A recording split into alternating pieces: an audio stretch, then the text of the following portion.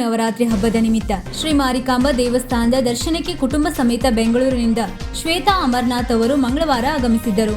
ಈ ಹಿನ್ನೆಲೆಯಲ್ಲಿ ಅವರು ದೇವಿಯ ದರ್ಶನಕ್ಕೆ ಬಂದಾಗ ಶ್ವೇತಾ ಅವರ ಕೊರಳಲ್ಲಿದ್ದ 1,80,000 ಮೌಲ್ಯದ 10 ಗ್ರಾಂ ಬಂಗಾರದ ಚೈನ್ ದೇವಸ್ಥಾನದ ಆವರಣದಲ್ಲಿ ಬಿದ್ದು ಕಾಣೆಯಾಗಿತ್ತು.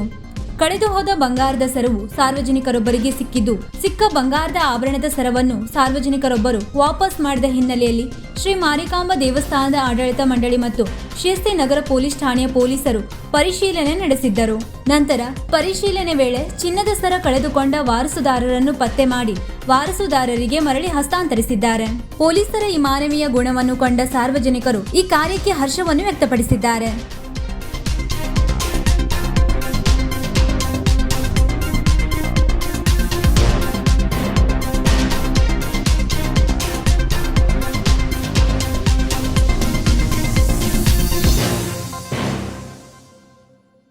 ವೀಕ್ಷಕ ಮಹಾಪ್ರಭುಗಳೇ, ನಮ್ಮ ಚಾನಲ್ ಅನ್ನು ಸಬ್ಸ್ಕ್ರೈಬ್ ಮಾಡಿ, ಶೇರ್ ಮಾಡಿ, ಪ್ರೋತ್ಸಾಹಿಸಿ.